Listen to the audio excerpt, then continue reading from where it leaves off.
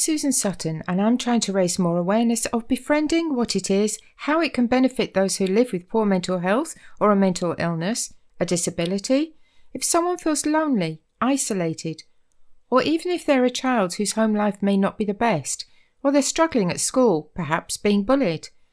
Or perhaps it's for a refugee who is newly arrived in Scotland, or someone struggling for any number of reasons. There is a befriender or mentor for everyone. And this is just one podcast of a few about befriending.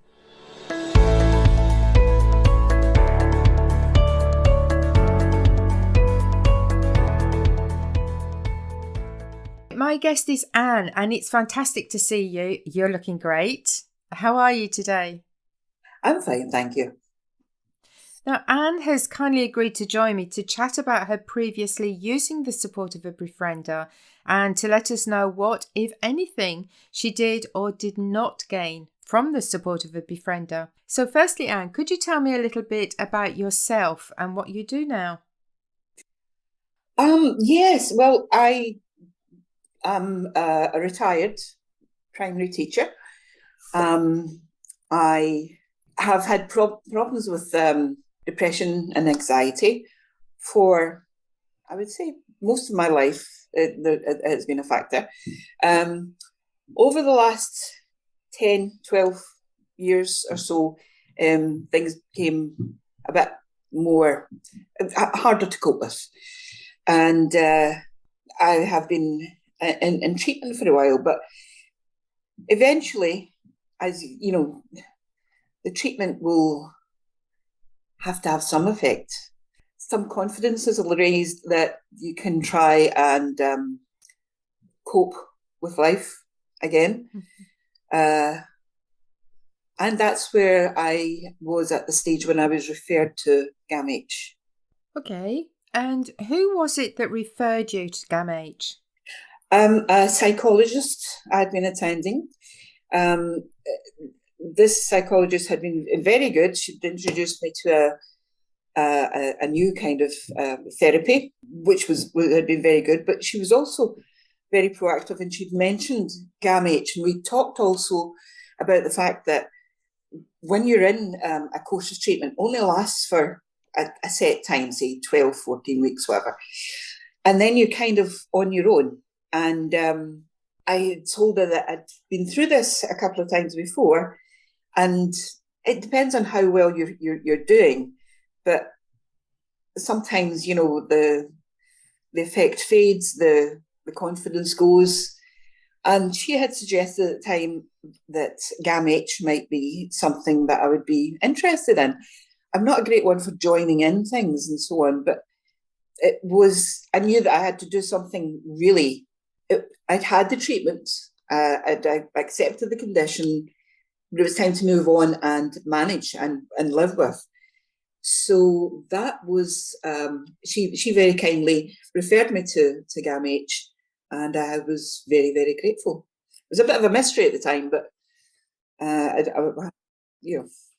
Sure. I was going to say that we hear so much now about how there are even more people living with poor mental health, especially since the first lockdown in 2019. And many of those people feel that there aren't enough resources, help and support out there for them. You know, the waiting lists are far too long, either because there are so many more people looking for support now, and or because they feel that there aren't enough places to turn.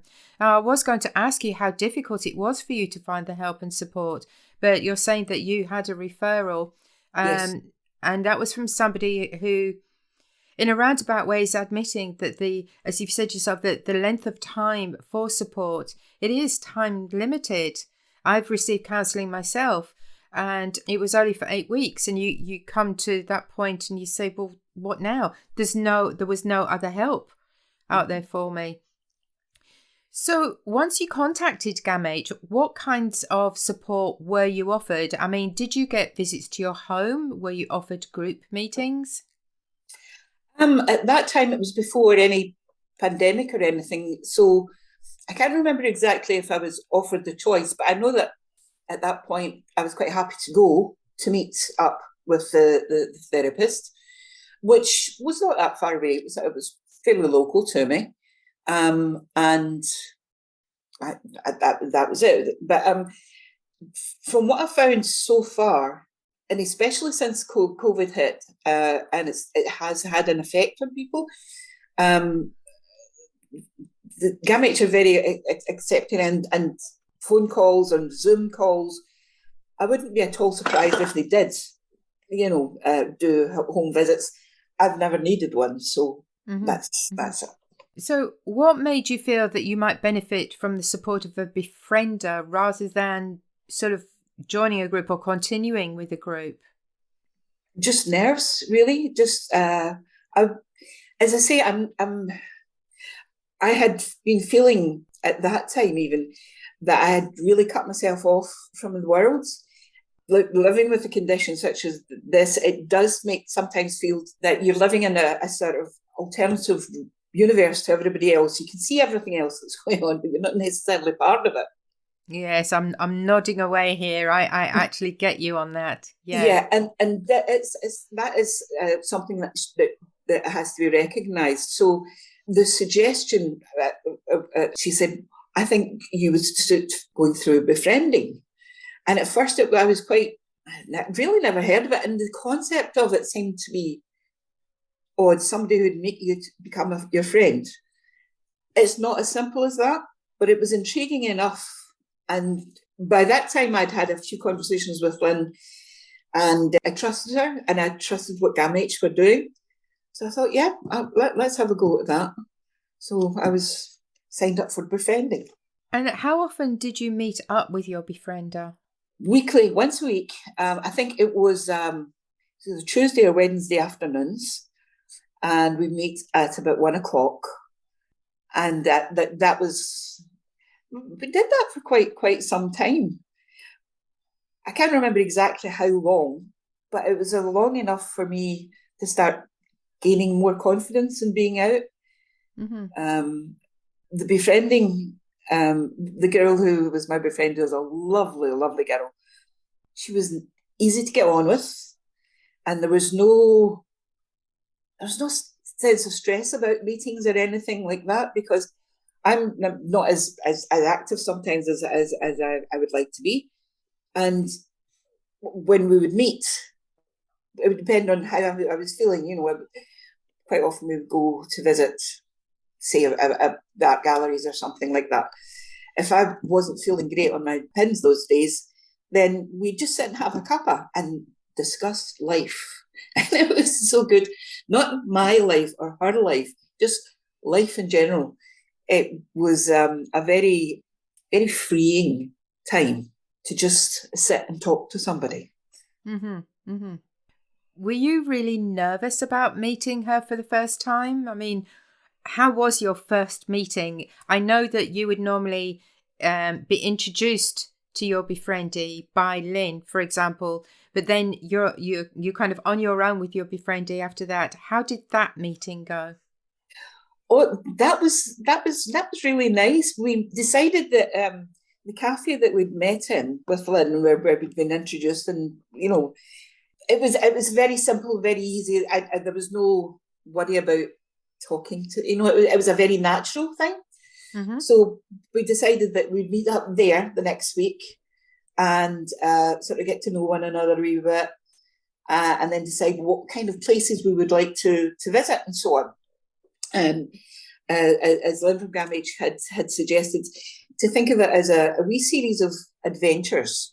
The idea of it was me adventuring out into the world, I suppose. And that's in reality what it was.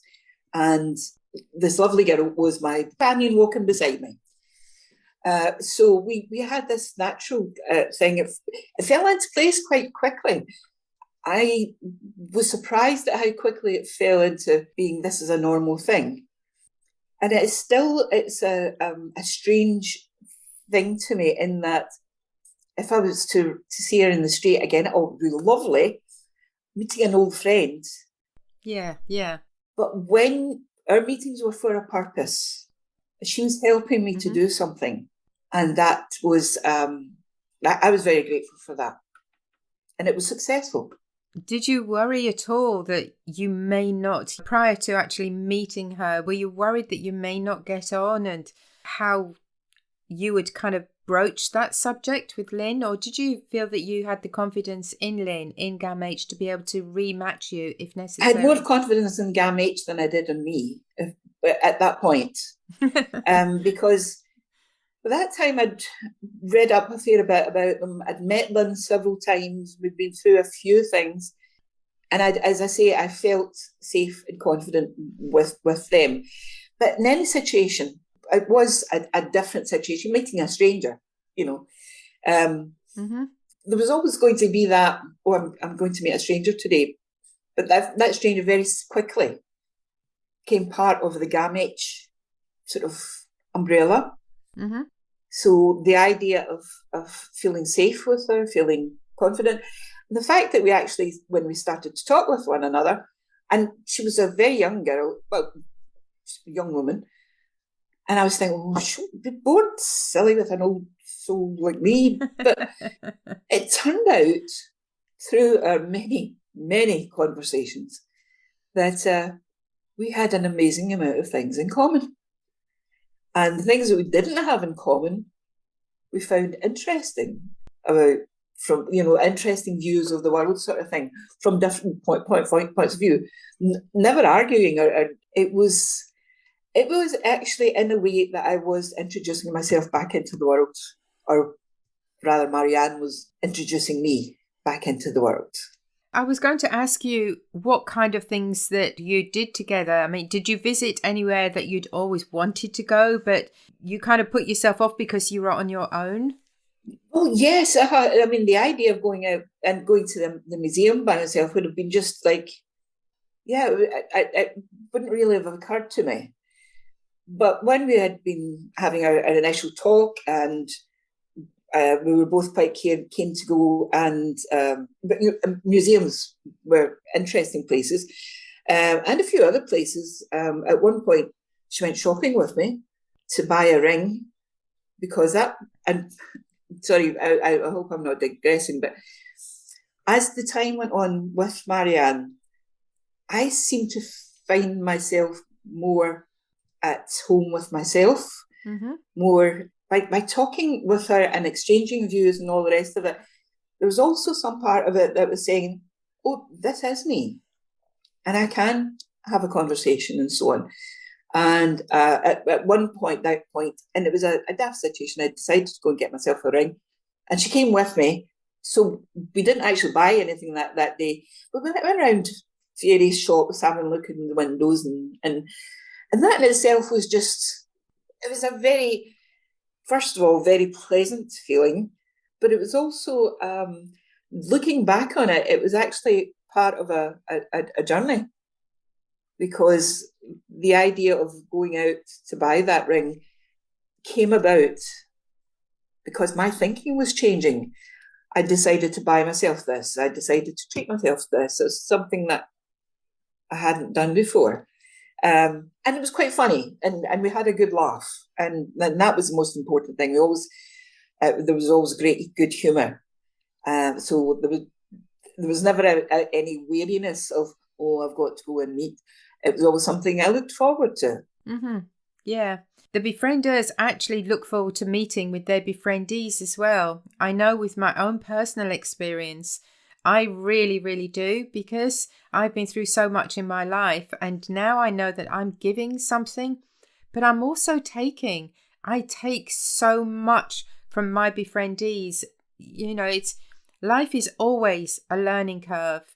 And I think we all know that saying, no matter what you're going through, there's always somebody going through something worse. But we don't feel that at the time that we're going through those particular things. But when you're able to share the experience between befriender and befriendee, it's amazing. And I think you saying about going shopping for a ring, having somebody there with you, it does make it more fun. It makes it, I don't know, because you're able to get an opinion from somebody else, whereas you may have gone into a jewellery shop and thought, yeah, I like that. Yeah, it's okay. Bought it on a whim.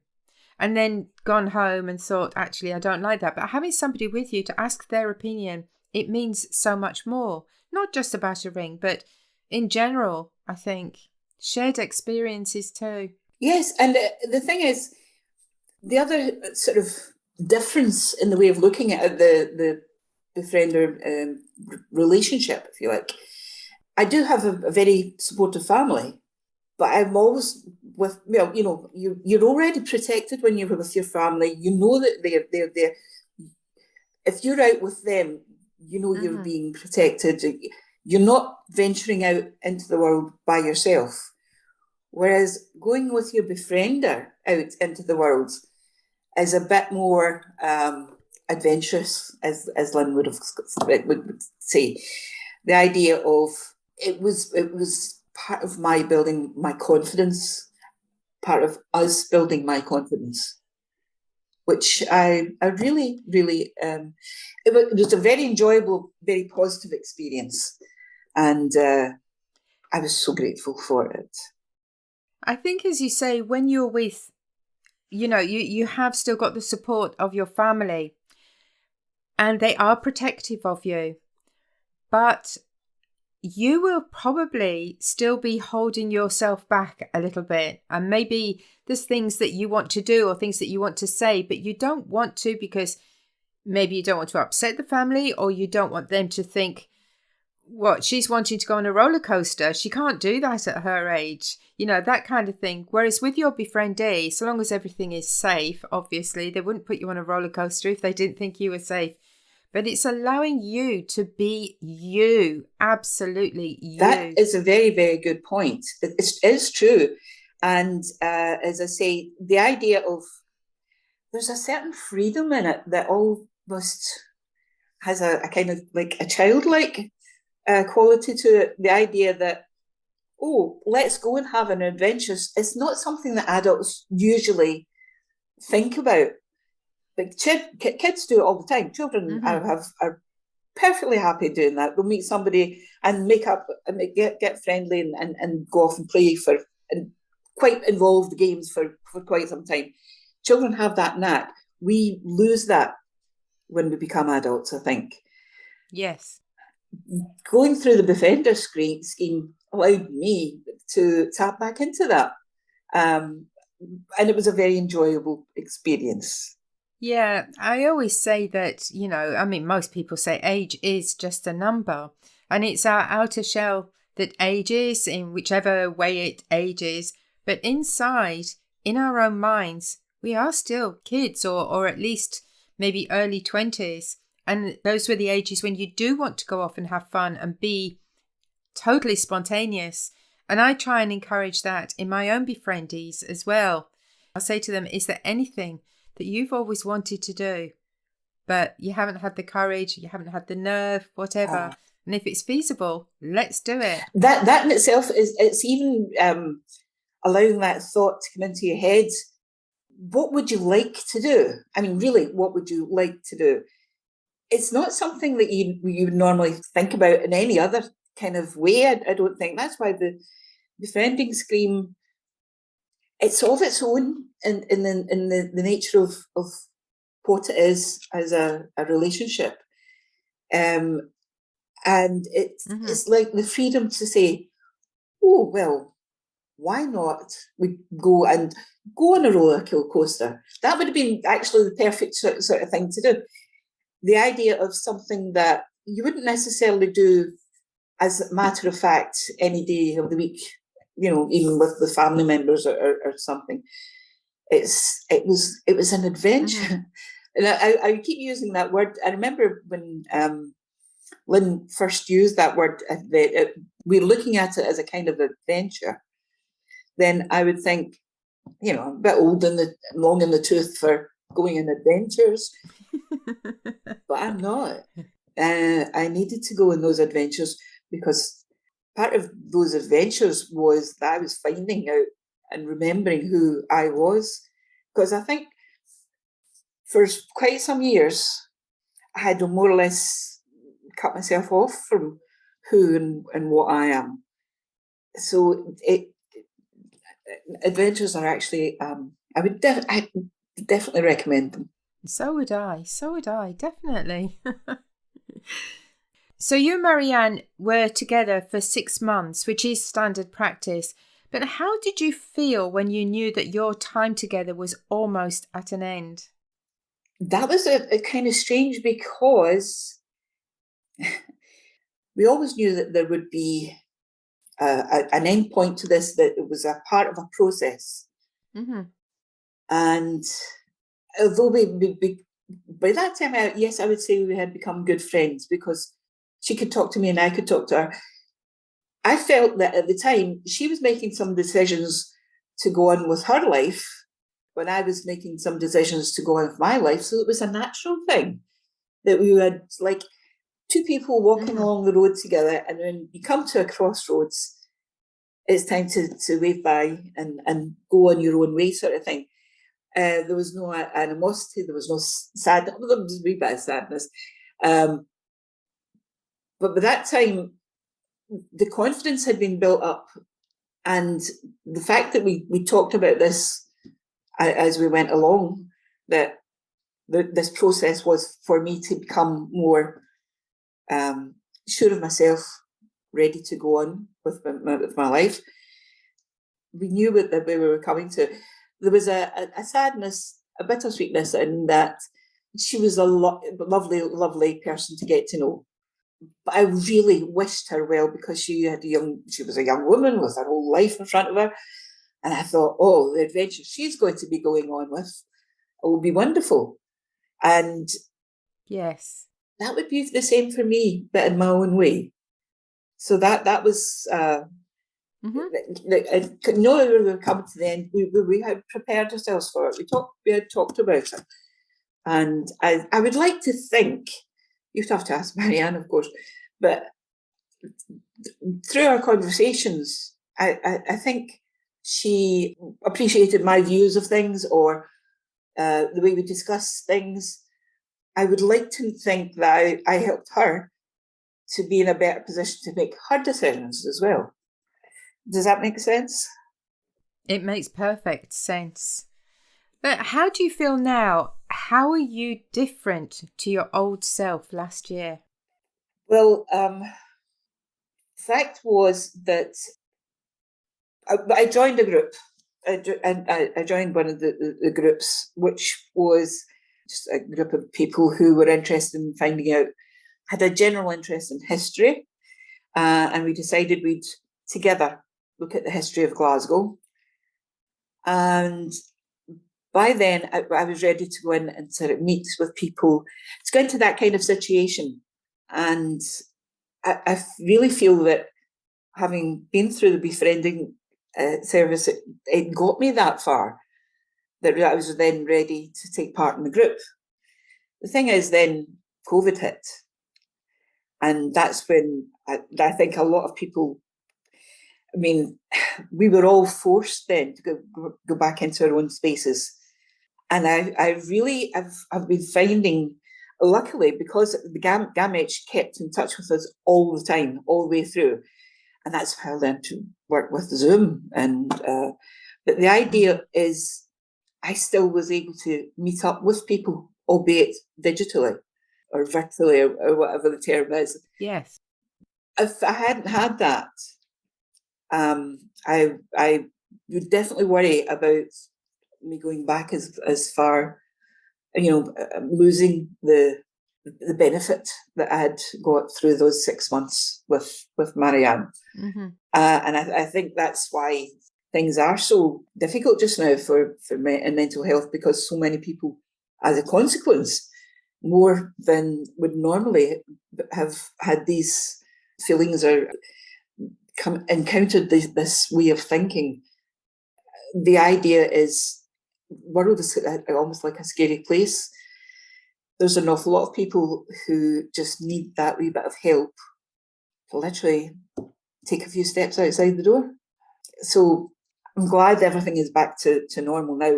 My personal thing, and I'm a bit older, I'm not out and about as much as I had been before. I'm trying to build that up slowly, but it's more than just the physically going out. It's like I opened my mind again, having the conversations, whether it be, we had fantastic conversations about music and art and religion and politics and all the things. But the idea, it was just exploring, what do you think of that? What do you think of that?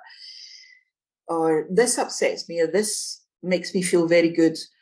Being able to have that kind of conversation in a safe, supported and environment was absolutely necessary for me to be able to go out. And I think often that there will be a lot of people who, because of the lockdowns, would really benefit from having a befriender. Just to get them.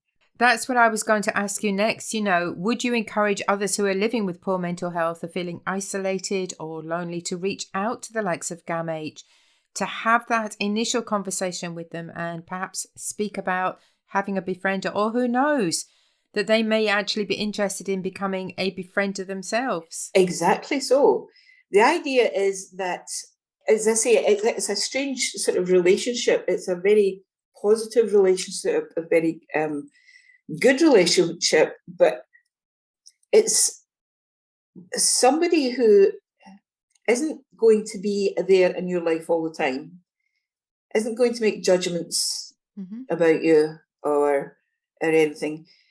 Basically, it's somebody you can bounce ideas off that you wouldn't necessarily maybe do with your best friend or with your family members, because sometimes, what do you think of this? When you say it to a family member, you might worry them. Whereas with a befriender, you can be very honest and talk about anything. Not terribly serious. It makes me sound as if I'm saying the effect was that Marianne was a kind of counsellor. She wasn't. She was a friend, an open friend who was there for me and would listen to me, and I didn't have to worry about upsetting her or anything. In fact, sometimes I had to see how she reacted to things, for me to be able to say, oh yeah, that's okay for me to do that, and then be able maybe to bring up the same kind of subjects with family members or whatever, when maybe I'd been wary of doing it before. So it is part of a bigger picture. I think as well, when you talk to family members or close friends about something, you may ask their opinion on things, and they will possibly give you the answer that they think you want to hear. So it's, although they're trying to be kind, they're not really doing you a kindness. If it's something that really needs a short, sharp, stock answer, whereas with the befriendee, they are there looking out for your physical and mental health all the time. Yes, they're your friend as such, but if they feel that something may be detrimental to your physical or mental health or to somebody close to you, then they will say so. And that's what's needed, is total honesty. That kind of honesty is a very, very wonderful thing.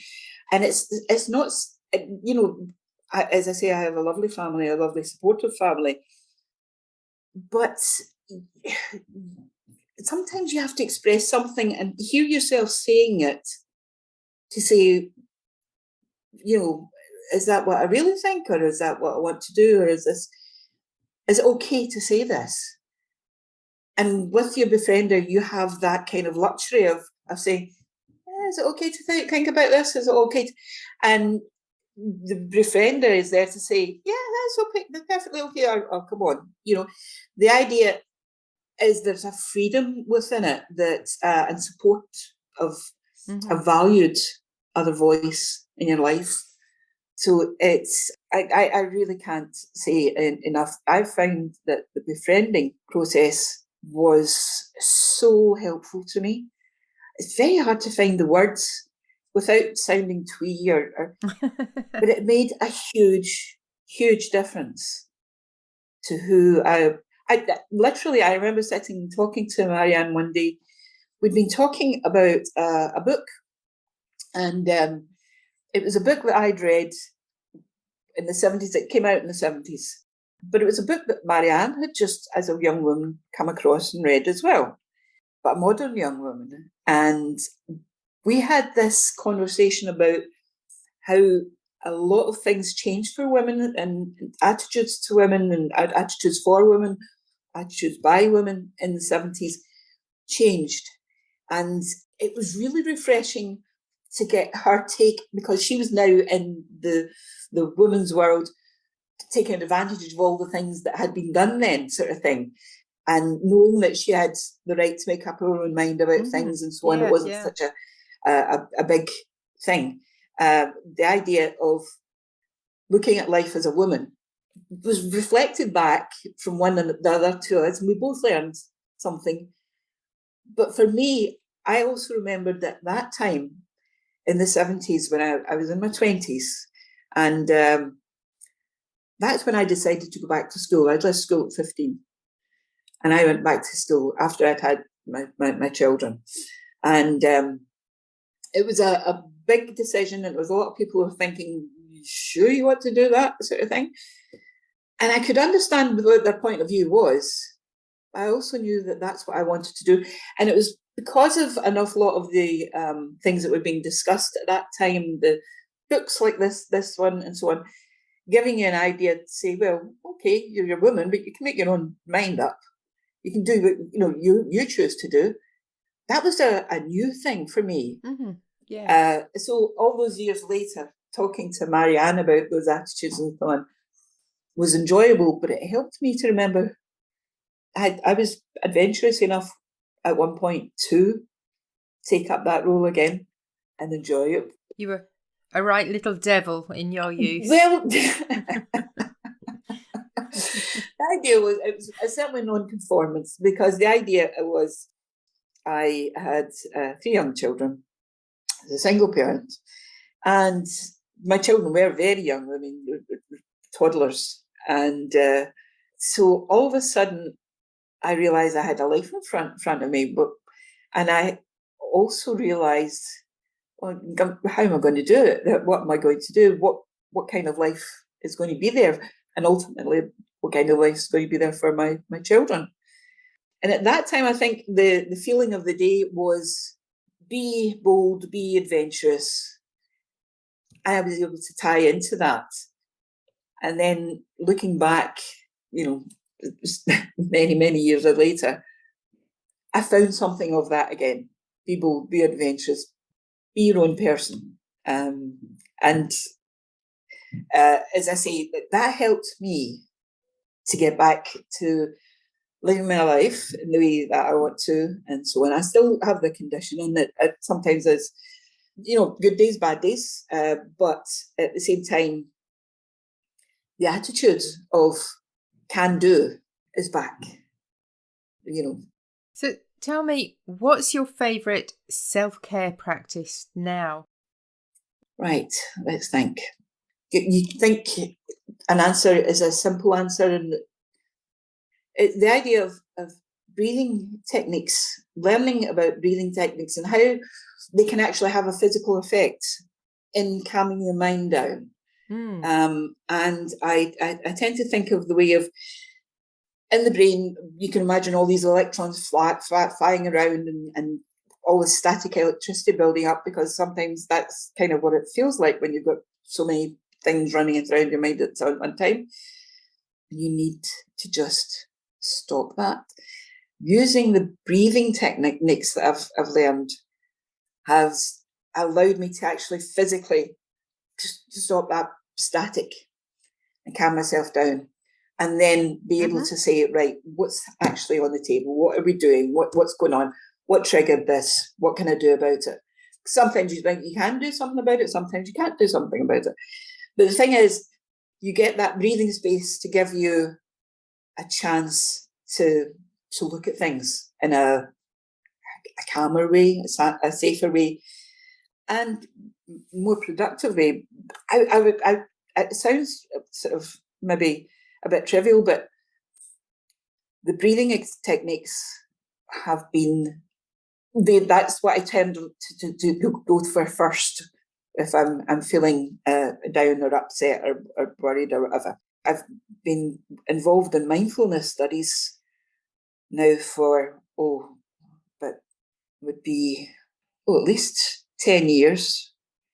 And looking at the idea of mindfulness has been a great interest to me, because the idea is it borrows a lot on Eastern techniques, but the Western techniques as well. The things that, if you look for them, the idea of just calming down and thinking about this moment, here, now. What had happened before has already gone past. No matter what happened, it's gone. And what was still to come, you've no idea. This moment, Yep. You have this moment to be absolutely sure. And when you can control that with your breathing, be mindful of the idea of, your feet touching the floor. It sounds so trivial, but it's not. It's because feeling your feet, how your soles are in contact with the floor, you're feeling your life. You're feeling alive. And that reminds you that you are a living person, and it helps you slowly build yourself back up again. So I would say breathing techniques, mindfulness, they're my go-to things. I also have a strong faith.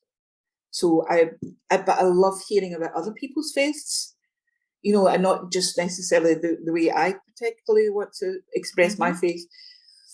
And again, through GAMH, I've been able to meet quite a lot of people from different faiths. In fact, one of the loveliest days Marianne and I had was we went to visit the Gurdwara, the Sikh temple. Oh, right. Yes, yeah. Beautiful day, lovely, lovely people. And the thing is, it means you're opening yourself up to say, yeah, there are lots of good people in the world. Lots of people who are well-intentioned and just kind and good. That you don't always have to think of the world as this terribly dark, dangerous place, which I think comes with the sort of negative thinking that kind of condition does harvest, sort of thing. The idea of seeing people who joyfully doing something that they express, that's lovely. Now, Marianne, I don't know, we never really discussed personal faith. It was more of the idea of faith as something, as part of a person, sort of thing. And she had a lovely day as well. And I had a lovely day, and for me, it sort of reconfirmed my faith that yes, it's right to believe that there is something bigger than us, something looking after us, as much as that can be done, but we are also responsible for our own lives and how we go on.